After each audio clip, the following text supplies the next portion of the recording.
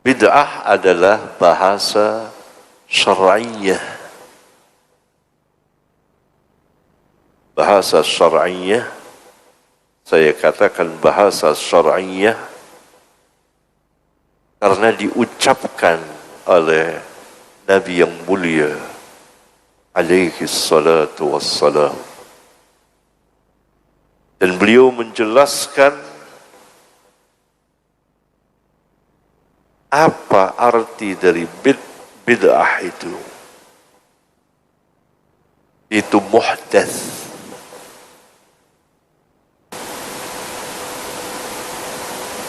Secara bahasa, arti dari bid'ah itu sesuatu yang baru, yang tidak ada contoh sebelumnya. Itu secara lugah, bahasa. Menurut istilah bid'ah itu sesuatu yang baru yang diadakan dan dibuat oleh manusia di dalam agama Islam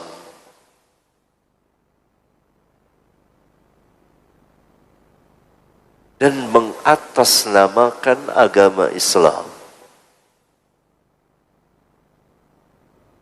Itu pertama.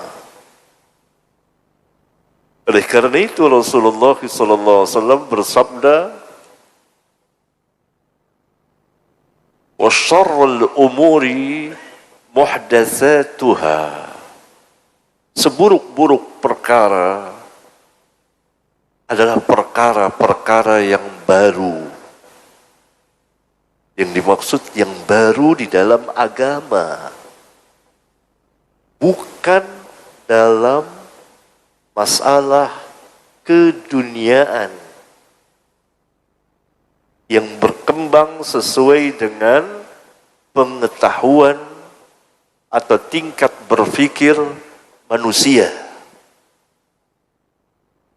di mana Allah Tabaraka wa Ta'ala telah memberikan ilmu kepada mereka untuk membuat ini dan itu, seperti adanya pengeras suara, adanya pesawat, adanya mobil, motor, dan lain sebagainya. Bukan itu yang dimaksud bid'ah di dalam agama. Tapi perkara yang baru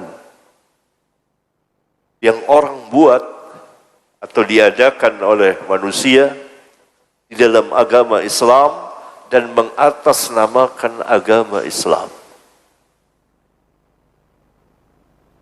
Yang kedua, dengan sendirinya bid'ah itu menyerupai agama. Seperti adanya keyakinan atau perkataan atau perbuatan yang ada kaitannya dengan din agama. Yang kedua. Yang ketiga,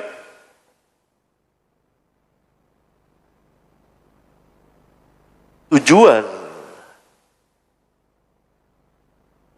dari orang yang mengerjakan atau membuatnya itu untuk ta'abbud dan taqarrub ilallah, beribadah dan mendekatkan diri kepada Allah. Yang ketiga, tujuannya tentu untuk mendekatkan diri kepada Allah, untuk beribadah kepada Allah. Yang keempat, harapannya mendapat pahala.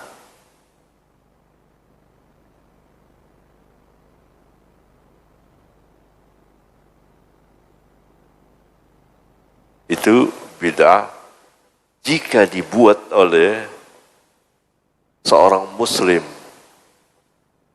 yang menyelisihi sunnah.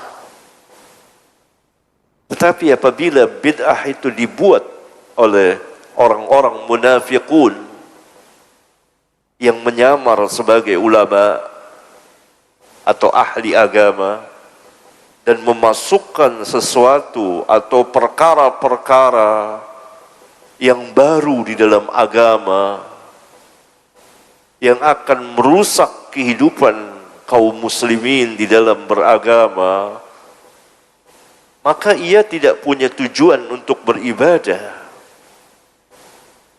dan ia tidak mengharapkan pahala, tetapi tujuannya adalah untuk merusak Islam dan kaum muslimin. Lalu dimasukkanlah perkara-perkara yang baru. Kalau dahulu perkara-perkara yang baru itu melalui hadis-hadis palsu yang dibuat oleh orang-orang zindiq.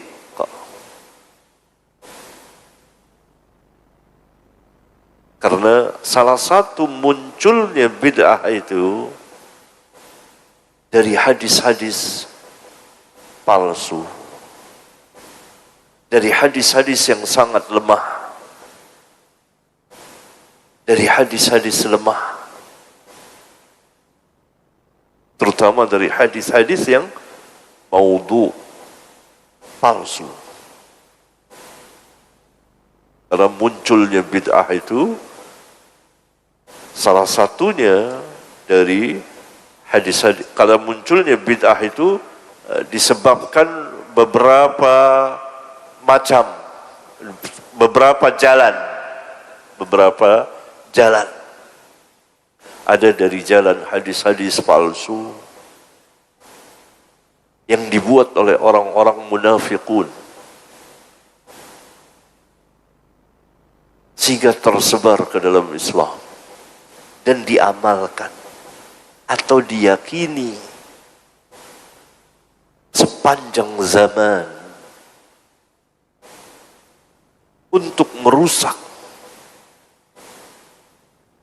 tatanan kehidupan keagamaan kaum muslimin.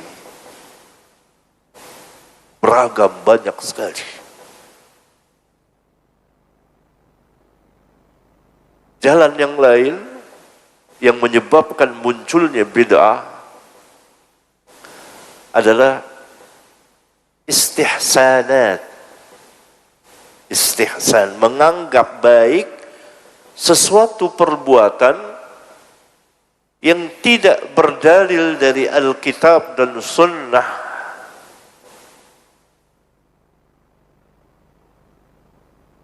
Anggapan-anggapan bahwa ini baik, perbuatan ini baik, daripada kita begini, mendingan kita begitu.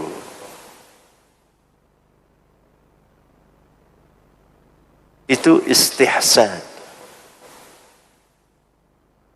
Oleh karena itu, Al-Imam Asy-Syafi'i pernah mengatakan, man istahsana faqad syara'a. Barang siapa yang menganggap baik sesuatu perbuatan, padahal tidak ada keterangan dari Allah dan Rasulnya, maka sungguh ia telah membuat agama atau syariat yang baru.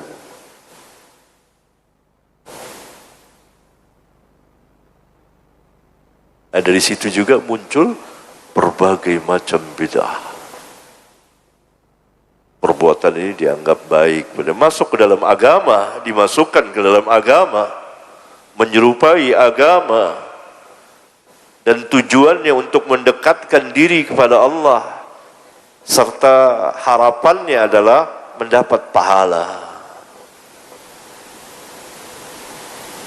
Jalan yang lain lagi dari kemunculan bid'ah, ijtihad yang salah dari sebagian ulama. Ulama itu tidak berdosa, tidak dicap dia sebagai ahli bid'ah. Dia telah menunaikan kewajiban berijtihad, tapi ijtihadnya salah dan sebagiannya dapat melahirkan bid'ah di dalam Islam. Jalan yang lain lagi dari kemunculan bid'ah adalah adat istiadat dari orang-orang kufar, baik ahli kitab atau kaum musyrikin, yang orang masukkan ke dalam Islam berupa keyakinan atau perkataan atau perbuatan, dimasukkan ke dalam agama Islam. Padahal itu berasal dari orang-orang kufar atau kaum musyrikin, dari kebiasaan mereka atau apa yang ada di dalam agama mereka yang telah dibatalkan oleh Islam. Karena sebagaimana Nabi SAW pernah bersabda bahwa segala urusan dari perkara-perkara jahiliyah telah dibatalkan oleh beliau. Tegas beliau mengatakannya. Semua perkara jahiliyah dibatalkan oleh beliau. Hadisnya silakan dibaca di kitab Sahih Muslim, hadis Jabir bin Abdullah, hadis yang panjang sekali mengenai sifat haji Nabi sallallahu alaihi wasallam. Ya. Nah, dari situlah, dari beberapa jalan tadi itulah munculnya bid'ah. Dari hadis-hadis palsu terutama muncul keyakinan-keyakinan yang masuk ke dalam Islam. Padahal itu dari hadis-hadis palsu yang dibuat oleh para pemalsu hadis Nabi sallallahu alaihi wasallam.